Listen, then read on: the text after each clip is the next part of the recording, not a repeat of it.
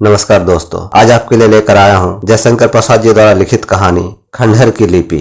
जब बसंत की पहली लहर अपना पीला रंग सोबई खेतों पर चढ़ा लाई, काली कोयल ने उसे बरजाना आराम किया और भोरे गुनगुनाकर कानाफूसी करने लगे। उसी समय एक समाधि के पास लगे हुए गुलाम ने मुंह खोलने का उपक्रम किया, किंतु किसी युवक के चंचल हाथ ने उसका हौसला भी तोड़ दिया। दक्षिण पवन ने उसमें कुछ झटक लेना चाहा, बेचारी के पंखुड़ियां झड़ गई। युवक ने इधर उधर देखा। एक उदासी और अभिलाषामय शून्यता ने उसकी प्रत्याशी दृष्टि को कुछ उत्तर न दिया। बसंत पवन का एक भारी झोंका हाँ हाँ करता उसकी हंसी उड़ाता चला गया। सटी हुई टेकरी की टूटी फूटी सीढ़ी पर युवक चढ़ने लगा। 50 सीढ़ियां चढ़ने के बाद वह बगल की पुरानी दरान में विश्राम करने के लिए ठहर गया। ऊपर जो जीर्ण मंदिर था, उसका ध्वंसावशेष देखने को वह बार बार जाता था। उस भग्न स्तूप से युवक को आमंत्रित करती हुई आओ आओ की अस्पष्ट पुकार लगाया करती। जाने कब के अतीत ने उसे स्मरण कर रखा है। मंडप में भग्न कोण में एक पत्थर के ऊपर न जाने कौन सी लिपि थी, जो किसी कोरदार पत्थर में लिखी गई थी। वह नागरी तो कदापि नहीं थी। युवक ने आज फिर उसी और देखते देखते उसे पढ़ना चाहा। बहुत देर तक घूमता फिरता वह थक गया था। इससे उसे निद्रा आने लगी। वह स्वप्न देखने लगा।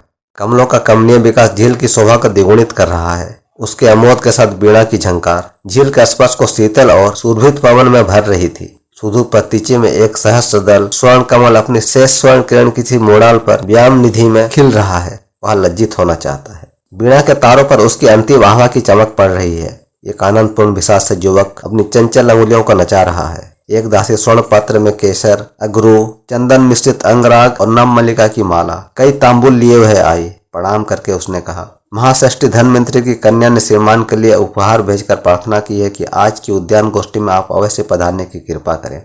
आनंद विहार के समीप उपवन में आपकी प्रतीक्षा करती हुई कामिनी देवी बहुत देर तक रहेगी। युवक ने विरक्त होकर कहा, अभी कई दिन हुए हैं। मैं सिंहल से आ रहा हूँ। मेरा पोत समुद्र में डूब गया है। मैं ही किसी तरह बचा हूँ। अपनी स्वामिनी से कह देना कि मेरी अभी ऐसी अवस्था नहीं है कि मैं उपवन के आनंद का उपभोग कर सकूं। तो प्रभु, क्या मैं यही उत्तर दे दूं?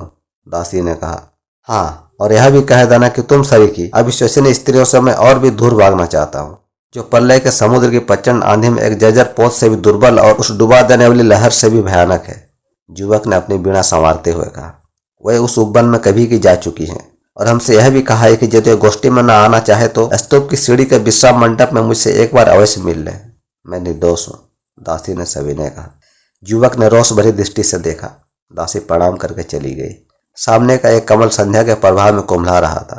युवक को प्रतीत हुआ कि वह धनमित्र की कन्या का मुख है। उससे मकरंद नहीं, अश्रु गिर रहे हैं। मैं निर्दोष हूँ, यही भौरे भी गूंज कर कह रहे हैं। युवक ने स्वप्न में चौंक कर कहा, मैं आऊँगा। आंख न खोलने पर भी उसने उस जीर्ण दलान की लिपि पढ़ ली। निष्ठुर, अंत को तुम नहीं आए। युवक सचेत होकर उठने को था कि वह कई 100 बरस पुरानी छत धम से गिरी। वायुमंडल में आओ आओ का शब्द गूंजने लगा।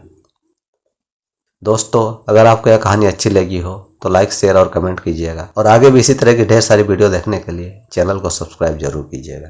धन्यवाद।